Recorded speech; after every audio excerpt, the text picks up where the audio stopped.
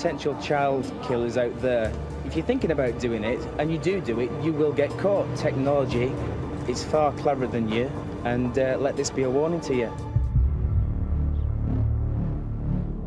On August the 14th, 1995, the small village of Appley Bridge, just outside Wigan, woke to the news that one of their own was missing. Louise Sellers, a popular, pretty 15-year-old, had gone out the previous evening to meet friends and had never returned home. As family and friends frantically searched the area, 5 miles away, in another of Wigan's suburbs, the village of Billinge, a discovery was about to be made that would shock and devastate the entire community. It was here on the morning of the 14th of August 1995 that retired police officer Keith Wilkes, whilst out walking his dog, discovered the body of a young girl.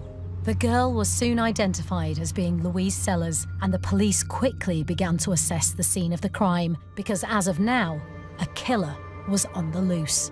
The police had come to the conclusion that Louise had been attacked in a sort of lover's lane behind Billinge Hospital, the then maternity hospital in Wigan. But then her body had been dragged a little way towards a copse and left there without any real effort of concealment. Not only had the killer failed to conceal the body, it seemed like he'd also failed to cover his tracks. At the scene of the attack, they found several cigarette butts and also a tyre track. They were also able to see from the teenager's body that a shoe mark had been left on her abdomen. Police conducted house-to-house inquiries. They interviewed Louise's friends and her family members as they tried to piece together her final hours. Everyone was getting interviewed. Every time we met up with friends at night, it was, you know, who came and spoke to you, what did you talk about, that kind of thing. So it was just part of growing up in the village at that time, almost.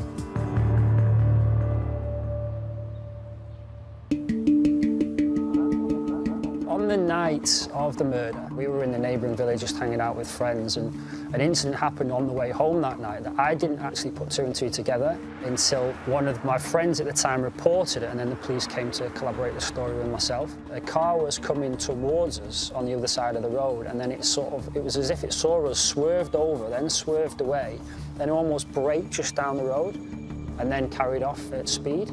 The location of this incident, with the car swerving erratically and driving off at speed, was Miles Lane, just a short distance from Louise's home on Chisacre Drive. I think at the time we just thought it was lads messing around or whatever, but I didn't see what the car was, but I think my friend was able to identify the car, which was quite important in the case. And I think the theory behind it was that could have been Louise in the car who'd spotted us. She knew she was in a bit of trouble and sort of grabbed the steering wheel or tried to get our attention. The car Sam's friend identified was a distinctive white Ford Escort RS Turbo, similar to one owned by 21-year-old local lorry driver Darren Ashurst, a known acquaintance of Louise, to whom the police were now eager to speak. Darren Ashurst was described as a young man of average intelligence. He wasn't a star pupil at school.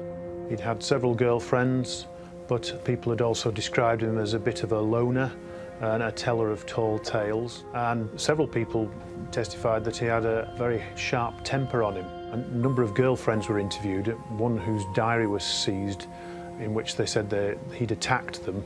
There was one who he sort of made as if to run over in his car, and somebody witnessed him in a rage punching his fist through his own car window. But he, apart from a couple of motoring infringements, he didn't have a criminal record. When interviewed by police, Ashurst admitted he'd given Louise lifts in his car several times and had seen her on the night she died, but denied he'd picked her up that evening.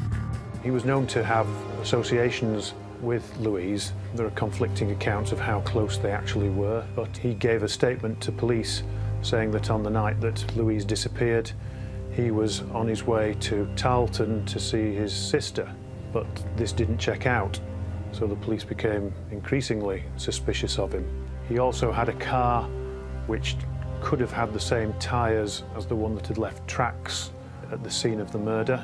Ashurst's attempts to offer a credible alibi for the night of the murder had fallen apart. When police spoke to those close to him, further details about his whereabouts and activities that night, which he had failed to disclose, came to light. He was meant to have been picking up his girlfriend at some point that evening, but failed to show.